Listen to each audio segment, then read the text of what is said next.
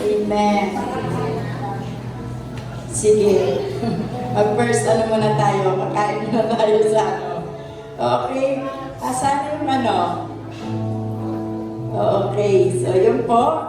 Tayo pinadako po sa pakibahagi ng banal na hapunan sa atin ngayon, no? So, yun po yung Lord's Supper po, no? So, tama. Ang tinapay at ang saro na ang tinapay ay ang dapat nating alalahanin na ito simbolo ng katawan ng ating Panginoon at yung kanyang mga saro, no? Yung patuloy na naglilinis sa ating mga kasalanan, no? So, bawat makipag-partake nitong Lord's Supper na ito ay magiging mapapana ang buhay nila. Panginoon, salamat Lord. Pagpalain mo po ang saro, ang tinapay na yan, ang bawat pakibahagi nitong Lord's Supper na ito, Panginoon, ay inyo pong pagpapalain ng kanila po mga buhay, Lord God. Salamat sa iyo, Panginoon. Hallelujah, Jesus.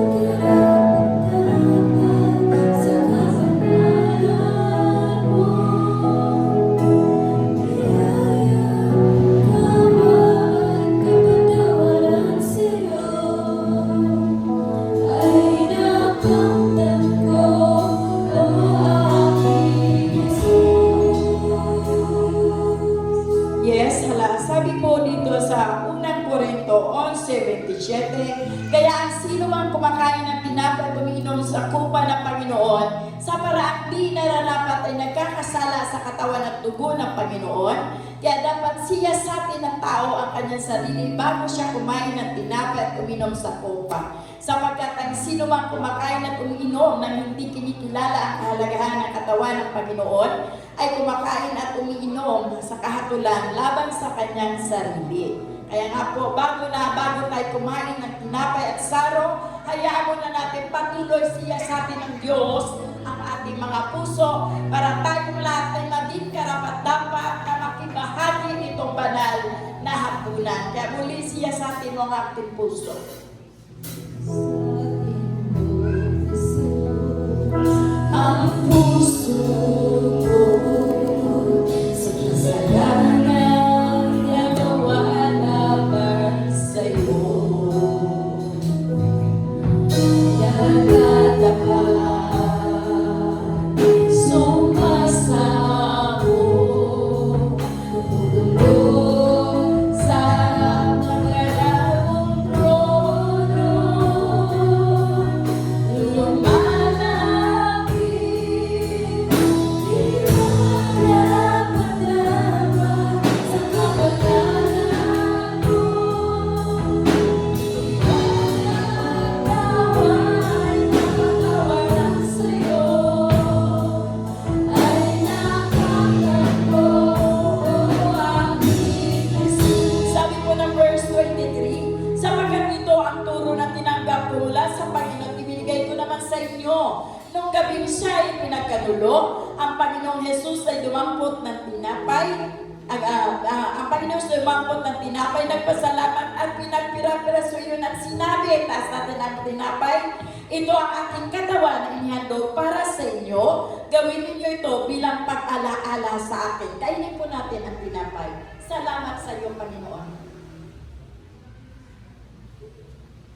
Sabi ng verse 25, Matapos maghapunan, dumampot din siya ng kupa at sinabi, taas natin ang saro.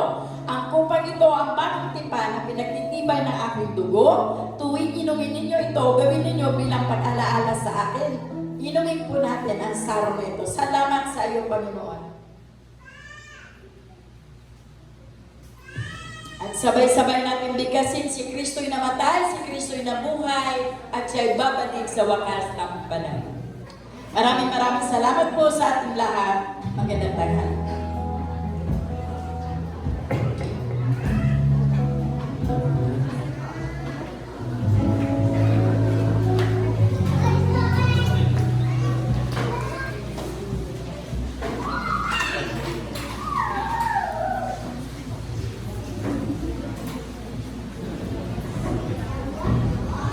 Sige po, tayo po pansamantalang umupo. Bago po tayo mag-proceed sa dedication, dako po muna tayo sa giving. So ngayon po, may exhortation po muna na hatid po sa atin ni Pastor Raji.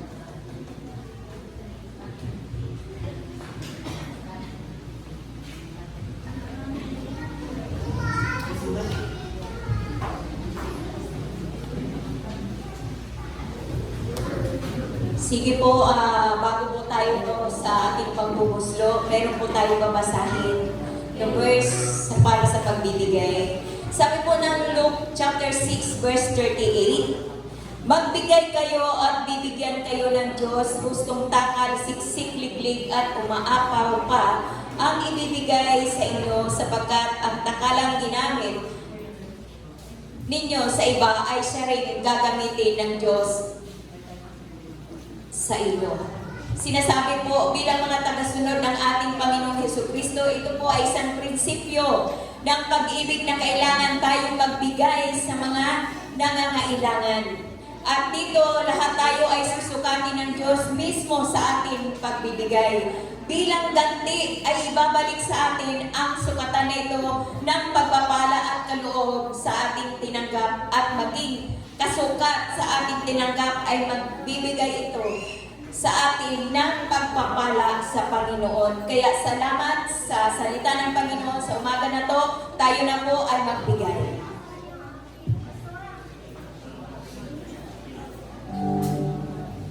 Tinatawagan po sila Brother Mike, Pastor Matt. Hallelujah. Thank you, Lord. Kami po ay aawit para sa Panginoon.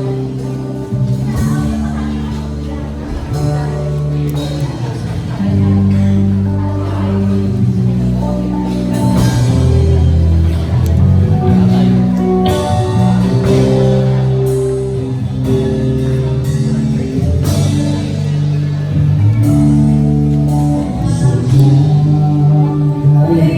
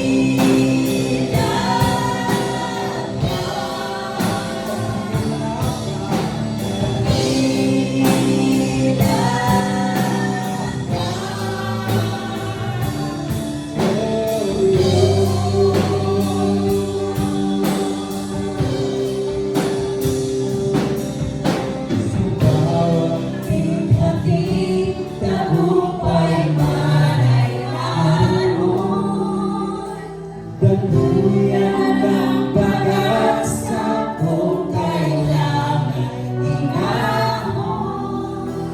Pag-ibig mo alay sa amin noon hanggang ngayon. Dakila ka, dakila ka, dakila ka.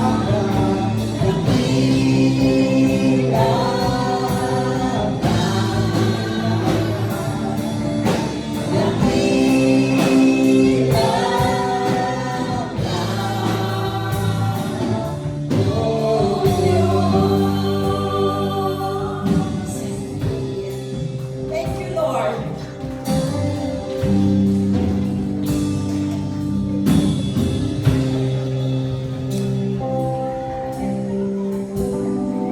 Sige po, tawagin si Mami Rose para sa panalangin ng offering. Puri po ang ating Panginoon. Sige po ating ito ang ating mga kamay sa ating mga tithes and offering. Pero bago ang lahat, ay salamat tayo sa banal mong salita, Panginoon, na dapat ay piliin natin ang matibay na mabuhay po, Lord. Sige po, Panginoon, niyo po pakabasbasan itong mga tithes and offering na to, Lord, para maging siksik, liglig at aapaw pa, Panginoon. Ang lahat ng mga ito, Panginoon, ay gagamitin sa mabuti ay sa nais mo, Panginoon. Maraming salamat po sa mga nagbigay, Panginoon. Lalo niyo pong pagpapalay ng mga nagbibigay, Panginoon. Gayon din po ang mga walang kakayahan magbigay, O Lord, ay yung pong pagpapalay, bigyan mga trabaho, Panginoon. At magpapasalamat din, Panginoon, sa mga biyaya at proteksyon sa amin sa araw-araw, Panginoon. At nararapat lang, Panginoon, na tanggapin mo ang aming pasasalamat. Ikaw lang po ang aming sasampayin, kita taas at pupurihin, Panginoon. Kaya maraming salamat po, Panginoon. At lahat ang nagmamahal sa ating Panginoon ay magsabi ng Amen. Thank you, Lord. Salamat po. Tayo ngayon ay dadako na po sa ating pagde-dedicate ng church. Sige, pwede pong tawagan po si Pastor Pat. Sino ba po ang si Mama Virgie? Kailangan may assistant na. So, kayo na lang po yung mamaya. Ito po. Yes, hallelujah. So bago po natin ialay yung ating pong bahay panambahan ng Diyos, ating muna awitan ng Panginoon sa pag-alay, sa pagtalaga, no, ng bahay panambahan.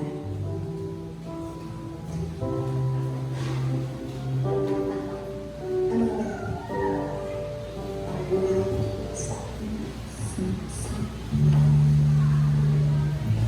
Tapos tinatawagan ko po si Pastora Virgin, si Papa Fred, Joby, Janet, kayong mag-asawa, dito kayo sa harap.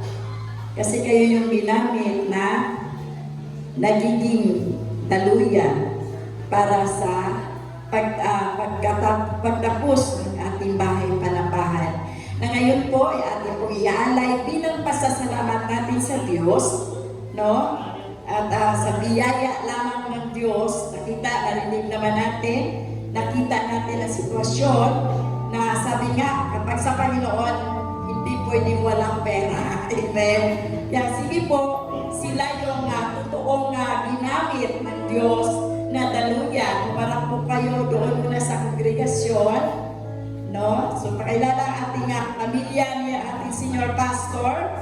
No, sa buhay ng Pastora Virgin, ni Papa Fred, bagamat wala yung dalawa, Sister Janet, Brother Ala, Pastor Alan, sa kanilang pamunuan, o bagong pamunuan dito sa iglesia ito. At syempre po, si Juby at si Brother Mix, administrator po sila ng Bulacan. Okay?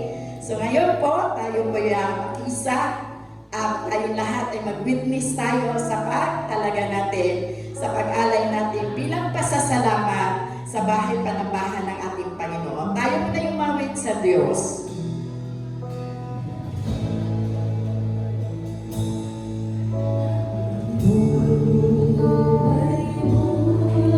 Sa Kanya ilalagay, banal at kaya.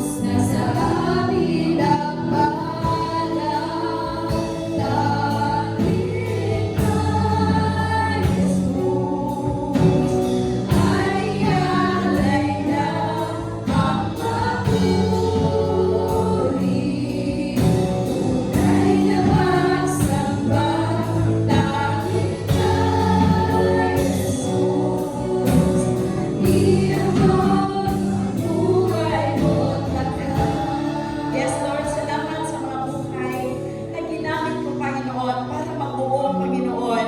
Hallelujah, ang bahay panambahan na ito mula sa iyo, Panginoon.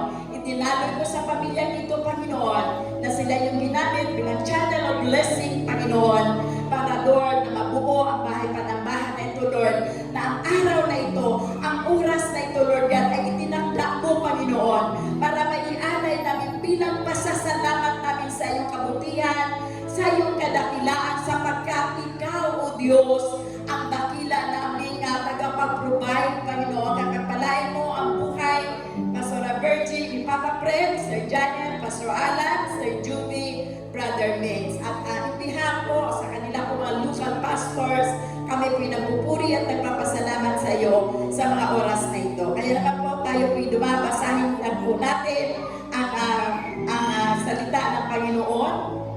Hallelujah, sa pagtatalaga nitong bahay panambahan. Sabi po dito, sabi na mensahe kanina, no, diniscuss na po natin, Senior Pastor, na itong bahay panambahan na ito ay talagang matibay ang pundasyon, sapagkat ang pundasyon nito ay si Jesus mismo, ang pundasyon ng bahay panambahan na ito, no? Sabi na mensahe kanina. Sabi nga, literally, ulan man, bagyuhin man ang mga problema, pagsubok, hindi matitinan, lalo na ang bahay panambahan na ito, sapagkat ito po ay ginawa ng ginamitan na matibay ng mga pundasyon, dahil ito ay ang pundasyon natin. Sabi nga, sino ba ang bato sa buhay natin, kundi ang ating Panginoon. Sabi nga dito, mga kapatid kay Kristo, tayo po ay nagkatipon ngayon sa lugar na ito upang hilingin sa Diyos na pagpalain ng tahanan ang sambahan ito na isang patutuon ng kanyang kagandahang loob at kabutihan.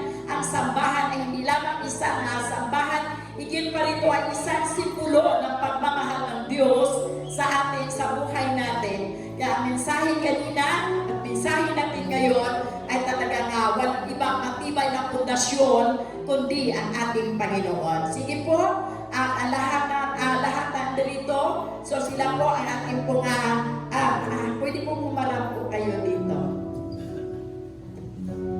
Then next po in line, mga intercessor.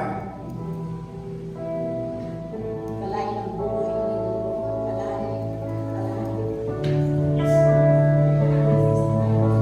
Okay, so ikot na tayo. Panginoon, sa mga oras na ito, Lord, amin pong itinatalaga sa iyo, Panginoon, ang bahay panambahan na ito, Panginoon, na ngayon, Lord God, amin kinaalay sa iyo, Panginoon, bilang pasasalamat namin, O Diyos, sa iyong kabutihan, sa iyong kadakilaan, Panginoon Jesus, sa amin po sa buhay ng Blasco family, Panginoon, Roderos and Perez, na kung saan ginamit na Banyang family, Panginoon, na ginamit ko na magsilbing daluyan, Panginoon, para, Lord, mabuo ang bahay panambahan na ito, Panginoon. Kaya salamat, maraming salamat, Lord, sa pagtatalaga namin sa oras na ito sa harapan ng buong kongregasyon.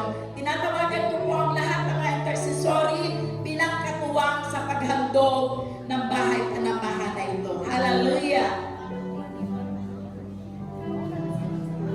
And then, pwede lang po tayong umikot para po ilapan, bawat talapatan ng mga kamay na may langis ay patuloy na pagpalain ang bahay panambahan. Hallelujah! Salamat po. Salamat sa Sa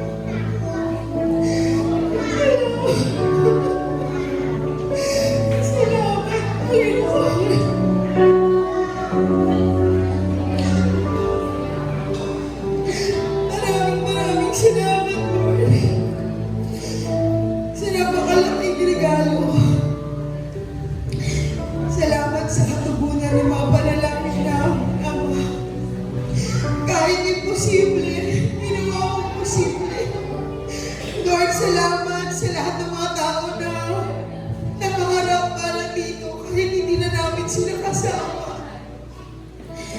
May mawawala na sa mundo na to na nangarap na mabigyan ng magandang bahay palambahan ang mga anak ng Diyos sa lugar na to. Lord, maraming salamat, Panginoon, sa binhigi nilagay mo sa puso namin lahat. Maraming salamat sa iyo, Panginoon. Pagpalain niyo po ang lugar na ito. Makapagdulot ito ng kagalakan sa puso mo.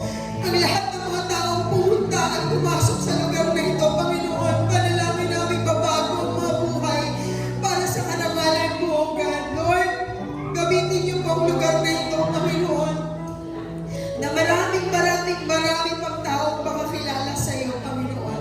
Lord, maraming pong salamat sa iyo, Ama. Sa iyo, Panginoon, ang lahat ng papuri. Thank you, Lord. Thank you, Jesus. Amen. So, salamat po sa pagtatalaga ng kahit panambahan, sa ating pagtatapos, sa ating pong paghahandog. Sabi ko dito, Ama naming Diyos, lubos na mapagmahal at napag-aruga. Patuloy kami nagpapasalamat, Panginoon, sa mga oras na ito, na kung saan itinalaga mo kayo ng araw, itinakda mo, sabi mo nga, Lord, sa iyong mga salita, sa mga Ngaral chapter 3, may kanya-kanyang panahon itinakda ang Diyos para sa ating lahat. Kaya ang araw na ito, araw na kung saan tinatakan ng kapangyarihan ng Diyos na banal na dugo ang bahay panambahan na ito, na magsilbi ito na legal sa harapan ng ating Panginoon, na ang lahat, ang panalangin natin, dadangin, lalago ang bahay panambahan na ito sa pamunuan ni Pastor Alan at ni Sister Janet Roderos. Palakpakan natin ang ating Panginoon. At siyempre po sa pamamagitan ng ating pong Senior Pastor, Pastora Virginia Blaso at Alfredo Blaso. Palakpakan natin ang ating Panginoon sa kanila po mga buhay. No? So salamat sa Panginoon. Tayo po'y tumayo para pagtanggap ng bendisyon sa pagtatalaga ng bahay-sambahan na ito. Hallelujah!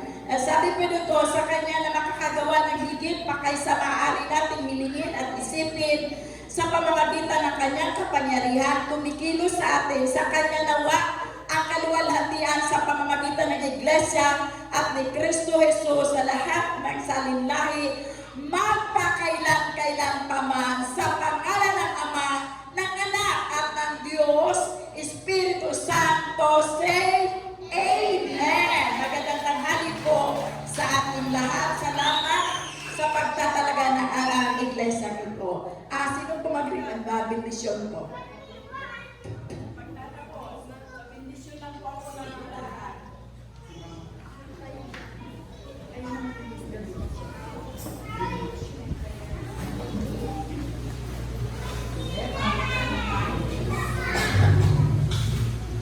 Amen. Salamat sa Panginoon. Lord, maraming pong salamat sa ginawa mo sa amin sa umaga ito, sa pagtalaga, Panginoon, ng bahay panambahan ito. Kaya, Panginoon, salamat, magkaisa, magtutulungan ang mga lingkod mo, ang mga anak mo dito sa lugar na ito, sa pangalan ng Ama, Anak at ng Diyos Espiritu Santo. Amen.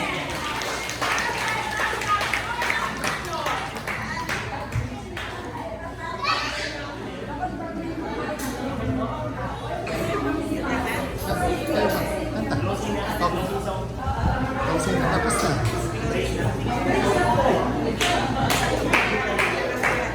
Saan yung mic?